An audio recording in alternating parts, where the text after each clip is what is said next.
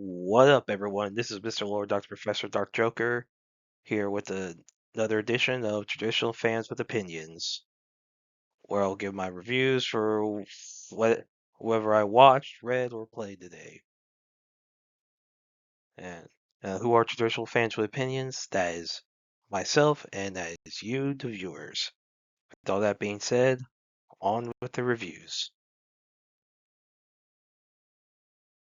Jujutsu Kaisen Season 3, Episodes 1 2. So in these episodes, Tokyo is becoming infested with curses because after the Shibuya incident, Gojo was imprisoned. So Yuji, Itadori, and Choso, they go around trying to exorcise him. And Naobito Zenin dies. So his will is read um, to like to Ogi, who is Makia Mai's father, and who's also Naobito's brother. His nephew Zunichi and his youngest son, Nalia, who's an arrogant prick. Now, Nalia is set to become the next head of the family, but in the will, it says that there was an arrangement by Toji Zenin that if Gojo is like out of commission, whether he's dead or incapacitated, whatever happened, then Megumi Fushiguro will become the next head. So Nalia learns that Megumi is searching for Yuji, so he goes to Tokyo to search for Yuji in order to lure Megumi out so he could kill them both. So, so Nalia attacks Yuji and Choso and basically overwhelms them, but Yuda Akatsu arrives and basically Nalia offers to let Yuda kill Yuji, in exchange for basically keeping quiet for a little bit about the Yuji being dead so that he could lure Megumi. So Choso fights Nalia, and Yuji and Yuta fight. Yuji breaks Yuta's katana, but he's captured by Rika, so Yuta's like Shikigami, and Yuta then stabs Yuji, killing him. So Choso, um, basically, like is fighting Nalia, and so Nalia's speed is like basically kind of overwhelms Choso, but Choso's blood, which is inhuman, reacts to Nalia's body, and that allows him to defeat Nalia. And Yuta having appears with Yuji's body, defeats Choso, and offers to heal Nalia using his reverse curse technique in exchange for Nalia confirming the execution. So Yuji has a memory when he was an infant, like basically his grandfather, like basically telling his father Jin, basically to not get back together with his mother Sayori, who has stitches on her head. Basically, his grandfather told Jin that his mother's dead. So he's like, "What? What are you talking about?" So Yuji wakes up. So Choso had called Yuji his younger brother. Yuji did not know what he was talking about, but the dream realized that. So Choso assumed that Yuji's father had the stitches on his head. Turns out it was Yuji's mother. So Kinjaku is Yuji's mother as well as Choso's father. Yeah, some weird brain transplant thing. So, yeah, so we don't know exactly what happened. Like, there's a lot of stuff we don't know about that. And yeah, so Yuji wakes up. Yuta explains that he helped fake his death by basically being asked by Gojo. He was asked by Gojo to protect him, and he offered to be his executioner to hide him from the higher ups in the Jujutsu world, and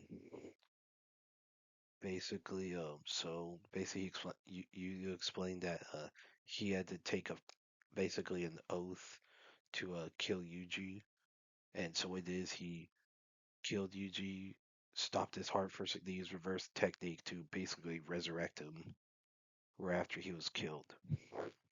So he, by technicality, fulfilled the contract. So Megami arrives. Uh, he wants Yuji to come with him to the Jujutsu High. Yeah, but Yuji says no because he's concerned about Sukuna using his body to hurt people. Now, Megami says that his stepsister Sumiki has been forced to participate in Noritoshi Kamu's cloning games. So Noritoshi Kamu is what they're calling Kinjaku. They don't understand, guess who Kinjaku is. They know him as Noritoshi Kamu. So basically, the cloning games, it's a battle royale of different Jujutsu sorcerers that basically was awakened after the Shibuya incident. He wants to save Sumuki from it. Yuji agrees to help, and he tells Yuta to kill him if Sukuna takes over. And basically, they know they gotta find some way to free Gojo, so them and Choso go to Jujutsu High. They meet up with Yuki Tsukumo and Maki, who survived Jogo's attack. So since Choso has a connection to death paintings, they're able to. So his connection to them is acts as a guide to a chamber to talk to Tengen, who's this immortal Jujutsu sorcerer who basically appears to them in a white void, and that's how the episode ends. So yeah, so these were great episodes, good way to start this season. Obviously, Yuta is like the main protagonist of Jujutsu Kaisen Zero, which was a manga that came out before Jujutsu Kaisen. Now it was not called Jujutsu Kaisen Zero. It was given another name. So yeah, and so basically they brought him back in this arc to have like basically have him play a role. So yeah, this was a these are good episodes. Liked how the Yuji versus Yuta fight was awesome. Chosa versus Nalia was great. So yeah, it's nice to see this show come back. So yeah, I thought these were good episodes. Looking forward to the next one. The Meth Ghost, season 3, episodes 1, 2. So yeah, Kanta is dealing with his injury. It's affecting how he drives, so he can't use like second gear. So he does fall behind, but somehow his pain, like he can't feel the pain anymore, so he's able to go back and he gradually starts catching up. And basically he says like he wants to everyone that passed him in this race, he wants to pass. So you have like yeah, so basically and you have, Rin's concerned about Kanta because, he got hurt trying to save her. And so in the first there's like a whole bit where so the announcers they have a whole conversation about Takumi and like basically and you hear like music from the original Initial D show playing. And so yeah, so basically like it was cool, nostalgic hearing about, Initial D music, talk about Takumi. And you see, Kanta starts basically making his comeback and everyone like is shocked.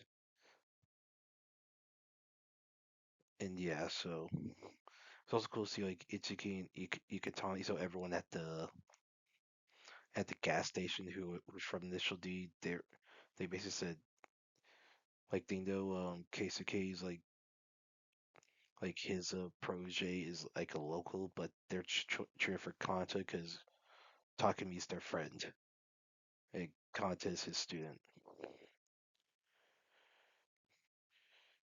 But yeah, so I thought this was a like thought these were good episodes. So that the racing was awesome. So Kanta gets up to like he's up to like I think it's like fifth place now. Like he's like doing like very like he makes a comeback. Like it is like a very impressive comeback. And like everyone is shocked about it. So yeah, I thought these are good episodes. Interesting how the rest of this race goes. So yeah, looking forward to the next episode. Runaway. So this is a new show on Netflix. So Paige has been missing for 6 months. So her father, Simon, has been tries to find her, and basically he finds her in a park. And so Paige is like a guy named Aaron Corval, basically tries to keep Simon away from Paige, and basically leads to a fight between Simon and Aaron. So and basically goes viral. At least the portion of Simon beating up Aaron. That leads Simon some temporary like legal problems. So when Paige is revealed to be a drug user, and Aaron is found murdered shortly later. And so Simon, of course, ends up being a suspect due to the video. And so Simon and his wife Ingrid try to find the killer, and they meet like different people who are associated with Paige. And then, yeah, so basically, and so basically they had done drugs together, and eventually, and detectives are trying to figure out what's going on. So eventually, it's revealed that Ingrid is the killer, and that she did it to protect Paige, and that basically he had forced her to her. Aaron had forced Paige into a relapse, and now there's these hitmen named Ash and Dee. That were hunting Aaron. Basically, there was a cult leader cult that Ingrid was a part of called like like it was called the Shining Haven. Basically, the surveilled that so Casper Varage, the leader of the cult, sent Ash and Dee to kill all the illegitimate children in order to so that his fortune will just be inherited by his chosen heirs. Aaron was one of those illegitimate children. Now it's revealed that the woman that Casper had a kid with to make that led to Aaron's birth was Ingrid. That Ingrid was a part of a cult, and he had told her that the kid was stillborn, but that was a lie. And that kid grew up to be Aaron. So Aaron was Paige's half brother. And so, yeah, so Paige explains it all to Simon, who confronts Ingrid about it. And basically, Simon, like this show ends with Simon struggling to figure out what to do.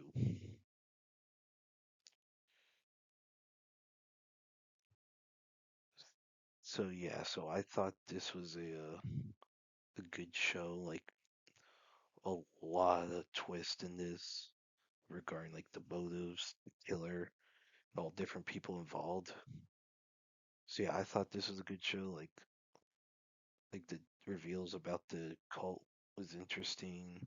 Obviously, pretty messed up how things went, but a lot of like television movie mysteries. There's some messed up stuff that happens.